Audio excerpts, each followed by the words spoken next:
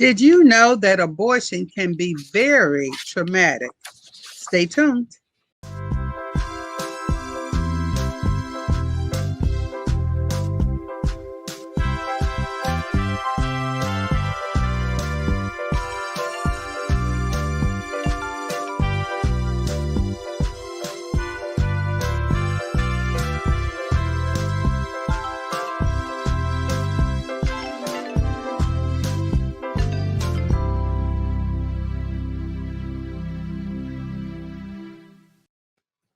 Hi, friends. I'm Alveda King, and welcome back to Pro-Life Praise.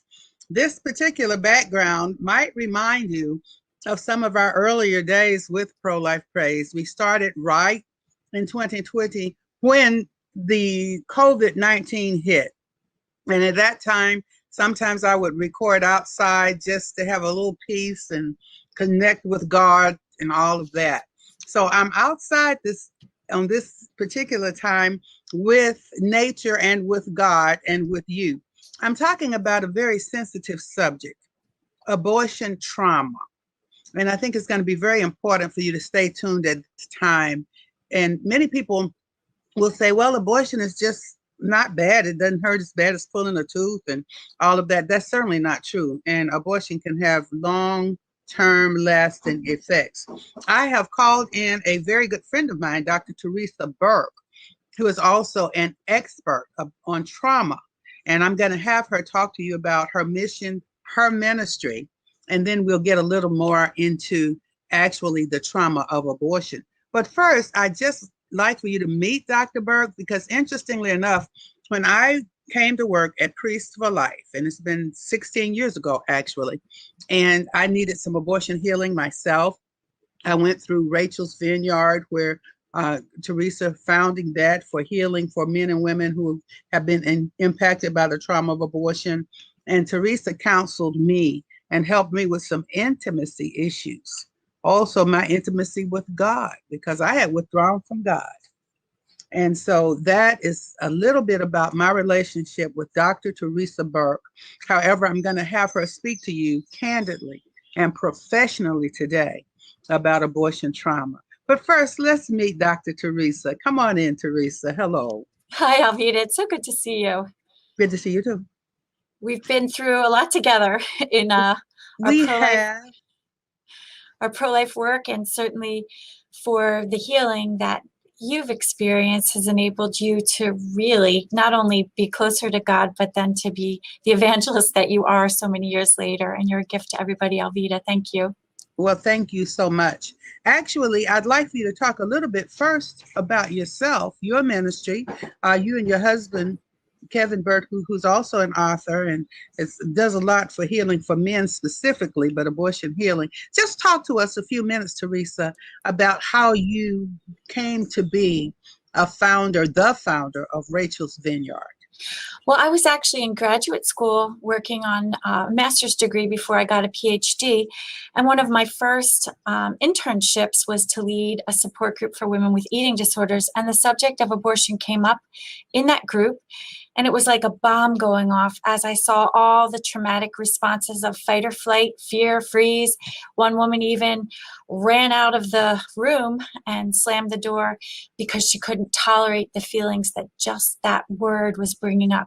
So when there's been a trauma associated with an abortion, which is an event that's outside normal life that isn't anticipated, and women are assaulted really with unexpected feelings of loss, grief, guilt, because we always think of abortion as a woman's choice or a form of empowerment or something that they believe they wanted, but that's not the way women experience abortion. It's really a death experience. It's the loss of their own child.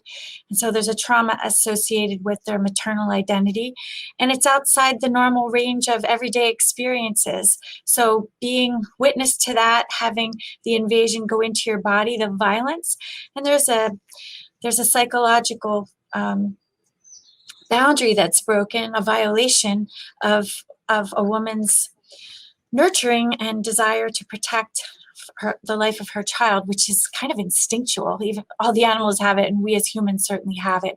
So this violation leads to many of the symptoms of post-abortion trauma.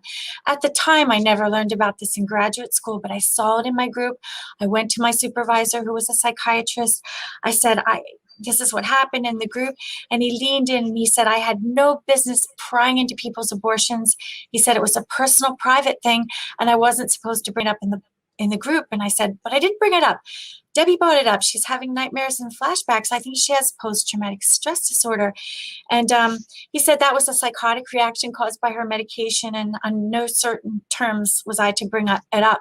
So I left that group very disillusioned. I knew that there was a lot more to the reaction that it brought up in everyone, and that I wanted to learn more about those feelings that underlied it, that he said we shouldn't and couldn't talk about, because it's not what you're eating, it's what's eating you, like any addiction. So I really wanted to explore this. I left that group and I started one of the first therapeutic support groups for healing after abortion. And that turned into Rachel's Vineyard after developing a monthly support group model that went on for a number of weeks. I decided to do it in a weekend retreat format, which is very powerful. And I saw really quickly that just talking about the experience didn't necessarily make it better. In fact, so many women and men would become so aroused just by recounting the story. And by aroused, I mean traumatized, having symptoms of fight, flight, maybe anxiety. To those feelings, they would wake up and be aware of those feelings that they had buried for so long. Well, it's like a live wire that's kind of shocking. And their voice would tremble, their hands would shake, they would feel panic and anxiety attacks. So just approaching it, this is why a lot of people avoid it, or they go into the fight mode where they're going to fight for the right just to sort of push aside any negative feelings or regret or grief. So that's really what we started with. And I saw really quickly that, like I said, talking about it didn't fix it, but then I incorporated spiritual rituals, rituals for grieving, for releasing grief, and sort of a faith-based model that was very different and unique. It's not a Bible study. It's an experience of Jesus interacting with us in our woundedness. And so therefore, we consider it a therapy for the soul, because we're inviting God to fill the emptiness in every meditation and in every ritual, because some experiences defy words, and even just trying to put words to these really powerful traumatic feelings can be distressing in and of itself. So people do share their story, but there's a lot of exercises designed to release grief and focus grief and let it come out, because that's what's missing after the trauma of abortion, is that many women don't process their feelings. They go through this regrettable, horrible physical experience, emotional experience, and even spiritual experience of loss and death of their child. And then they never talk about it again. It's a carefully guarded secret. 50% of women hide the fact they even had abortions from researchers, from their own OBGYN doctors, because there's a lot of shame involved, and there's a lot of trauma involved. So it's almost like they just block it out, put it away. And this blocked out emotions, the unprocessed feelings, is what comes back in all the symptoms that we well know are of post-traumatic stress disorder, the acting out, the repeat pregnancy, the high rates of repeat pregnancy and repeat abortions. And there's a whole plethora of different symptoms that people struggle with, and none of them are really life-giving. Theresa, you know that I experienced much of everything that you just described. And of course, I went through the Rachel's Vineyard healing experience, and it remains as part of my strength and everything that has helped me. I became pro-life in 1983 when I became born again. And I began to minister to others about abortion and all that for many years, but it was not until around 2004 or so, 4 or 5, that I went through that degree of healing myself. I have a picture, and I think we can show that on the screen right now. I hope we can pull it up, and it's for generations to come. I have a poem that I had written many, many years ago, and I put my grandfather and me in the drawing now, and I'm holding my little healing box from Rachel's Vineyard. Everybody doesn't know what that box is in my lap, but that is that I had to, there was a memorial program The names of my children were recorded in that program. And so all of the wonderful, wonderful healing. I want to shift gears just for a moment. I've got a new song out. It's called Your Way, Yahweh, with Kathy Lee Gifford, and saying to God, have your way, and asking people to take these problems to the Lord. And so we're going to do a little trailer from Your Way, Yahweh, and come right back.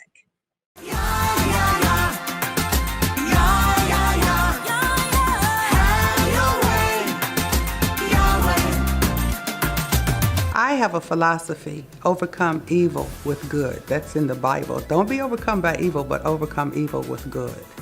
So I began to get to know God more, Yahweh. Let me do this your way, Yahweh. And that began to form as a song. So I met Ian and Barry. To my surprise, Kathy Lee Gifford came in on the project, and we began to worship the Lord. In all the earth, there's none beside him. Open our eyes and let us see. So it just shows us that we as people can come together. Now we just have to really learn how to say, your way, Yahweh. Are we going to stop doing it our way and start doing it God's way? My name is Alveda King. I'm inviting you to join in the worship experience, Your Way, Yahweh.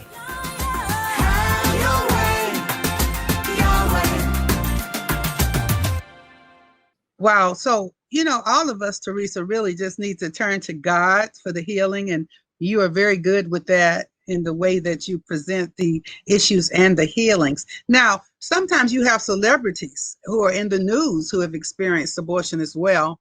And right now we have one, Brianna McNeil. Are you familiar with the Brianna McNeil case where she had the abortion because she wanted to go ahead and run, because she's a runner, professional runner, and then she needed to take a drug test and didn't take it because she was traumatic from the abortion? Can you talk a little bit about Brianna McNeil, and maybe does she regret her abortion or not? I don't know.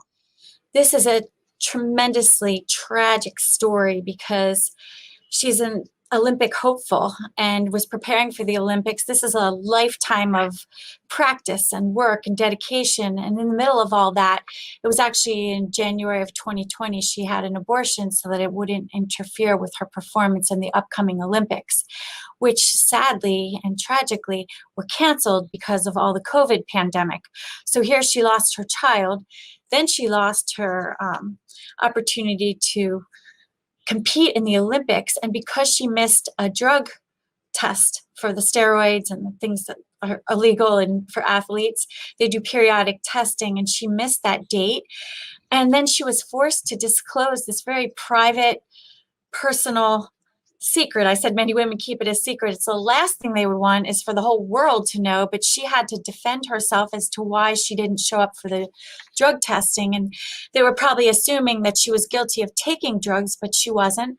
And she had that same week had suffered the loss of her child in an abortion that she felt was necessary to continue in her career. The really awful thing, Alveda, after all of this, is that when she disclosed this this tragedy, one of the things which isn't uncommon with victims of trauma is that there's a disorientation of time and space. She didn't remember the exact date. So the date that she reported was different than the date when she had to give proof of where she was, because at first she just said, I had an unexpected medical procedure. Keep it all clear. That happened to me and so many of us. Now listen, Theresa, we're going to have you back, obviously, because people probably have so many questions going through their minds and say, well, that kind of maybe did happen to me when I had my abortion too. All of this. So we're praying for you as we uncover all this, that God and Jesus Christ, Holy Spirit are right there with you, and you can find out more with Theresa. She has a powerful book. In our bookstore at peacefulifeproducts.org or .com, Forbidden Grief is Theresa's book. And I've got my book, King Rules. I talk about my abortions and how God healed me in those, and we're not colorblind. So there is help and healing. We don't want to just give you all this information and tell you God loves you, God can forgive you, has forgiven you. You need to learn how to forgive yourself. Now, Follow us on social media as well. Me on Facebook at Civil Rights for the Unborn Official. On Twitter, just by name, Alveda King, and Civil Rights for the Unborn on Instagram. And you can find rachelsvineyard.org and more healing. Abortion can be traumatic, but there is healing for abortion. Teresa, I want to mention real quick, because we're going to come back and let you have some final words in just a moment. But I am the executive producer of a film, Roe v. Wade. And Roe v. Wade tells how abortion became legal. You can see a little bit of Norma McCorvey's dilemma in that movie. She never had an abortion, but she became the poster child for Roe v. Wade and all of that. So we invite you to read Theresa's books, and there's an S on that word, books. One of them, Forbidden Grief, right over at the Priest for Life store. Now, let's look at a little trailer from Roe v. Wade. We will hear arguments in Roe against Wade. You may proceed. If you really want to know how abortion became legal in our country, I will tell you the true story. Dr. Mildred Jefferson, would you like to head up a Right to Life group that I'm starting? Dr. Bernard Nathanson's clinics are performing 1,000 abortions per week. That's why I'm taking up the fight. I wanted to get abortion legalized across the country. We're looking for a pregnant girl to challenge the abortion laws. We'll give her a pseudonym. Call her Jane Roe. It's genius that way no one will ever know about her past. First, they came after the Jews, and then they came after the mentally deficient. We did nothing. And now they're coming after the unborn. And so you're gonna do nothing? Robert Byrd for Henry Wade. No judge or jury in their right mind would ever let abortion happen in Texas.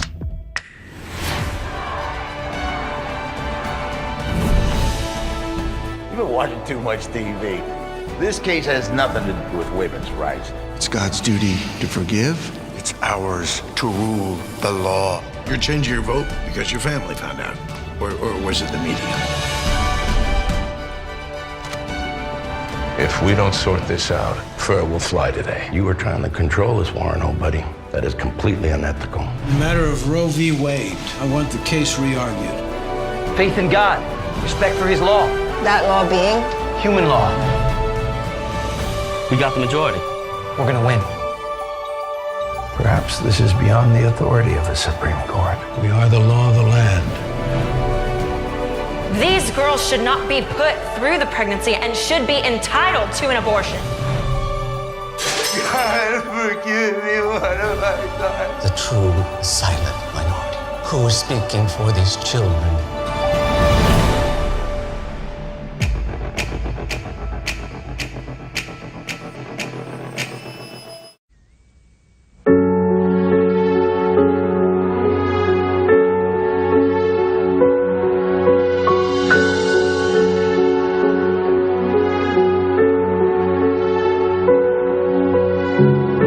This is my body, an empty shell without your love. I see you in the face of every child. This is my body, but you are always in my heart, always in my mind. If I could choose again, there'd be no choice for me but you. I'd do what I must do. I'd even give my life for you.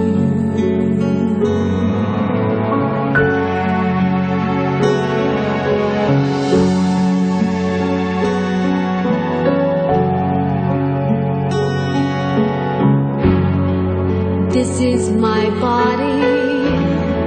You cannot tell me what to do. It's not up to you. I will decide.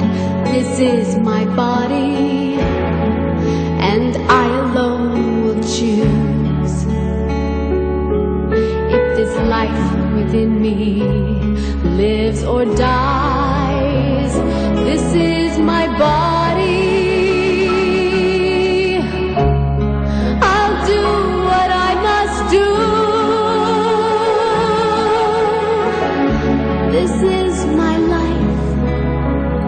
I will not sacrifice my life for you.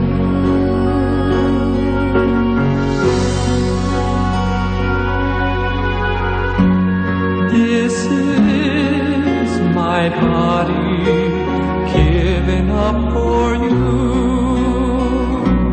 that you might live eternally.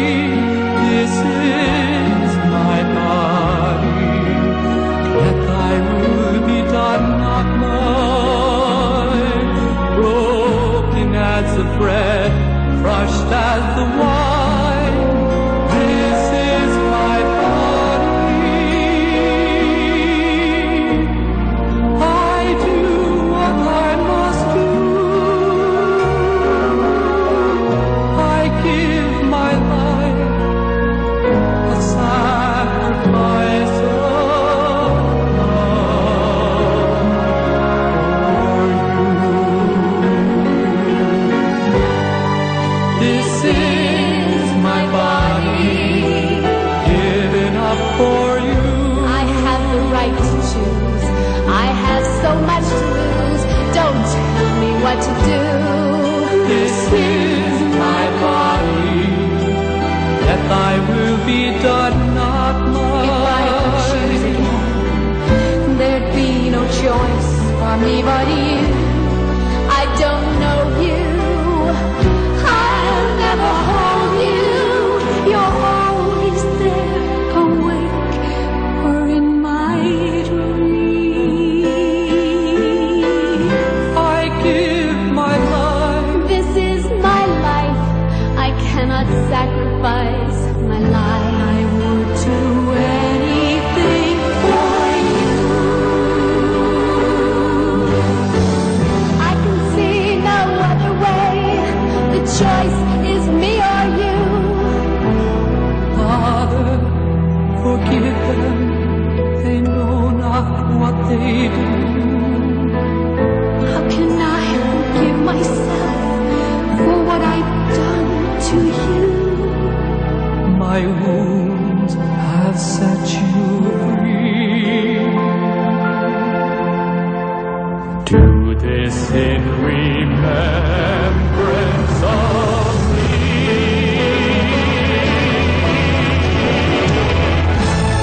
This is my body given up for you, that you might live eternally. This is my body, yet thy will be done, not mine. Broken as the bread, crushed as the wine. This is my body. I do what I must do. I give my life a sacrifice of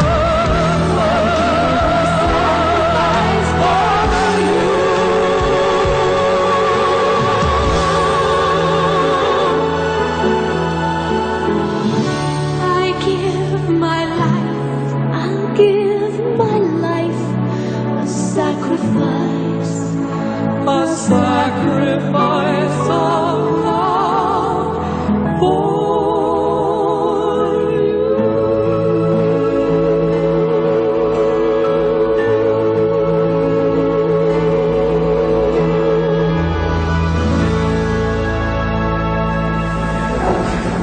Would you like some more coffee? Sure.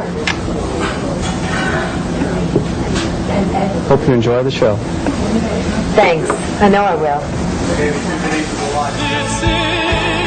my body given up for you, that you might live eternally. Theresa, as we see in that video, this is my body. It is our body. It's the Lord's body, and the Lord has given his body. And the Lord has also provided healing for us. I'd like to have you speak the last words to those who are thinking about abortions, maybe have had abortions, and give us that hope and that promise. Well, for any listeners that have suffered the loss of a child, as Alveda said, not only is there hope, but there's healing. Healing, and for when I think about healing, I think it doesn't mean to turn back the time to where you weren't hurt. It's that you can find meaning in what's happened and have incredible gifts to share with others. And I think that this is seen throughout the world with our ministry and also with Silent No More, when people share their testimony as a way of honoring their child. And like any cause, when we lose someone close to us from, like, if your child was killed by a drunk driver, like the Mothers Against Drunk Driving, they want to do something and take an action where they can use the tragedy of what's happened to help others. And I've heard many women say, if the life of my baby, their story shared, saves one woman from the hell that they've gone through, it's worth everything. So that's like finding meaning and transforming, or because of the passion you have to help other women in crisis pregnancy. But Rachel's Vineyard is held all over the world. We're in 80-some countries and 37 languages. It continues to spread because abortion is a traumatic experience, and it's spread by those men and women whose lives it changed because they thought they were the only one. We don't hear about this a lot in the media because abortion's legal. It's presumed to be safe. And so even with Brianna, our Olympic star, she was invalidated when she said she was so traumatized by the abortion. Not only did she lose track of time, but she forgot all about the testing because that took precedence. Because it takes time. It does. Well, Theresa, we've got to wrap it. And so we know that there's hope and healing. People There is. Visit Theresa and get your healing and help others as well. Okay, friends, we'll have Theresa back. Until next time, God bless you.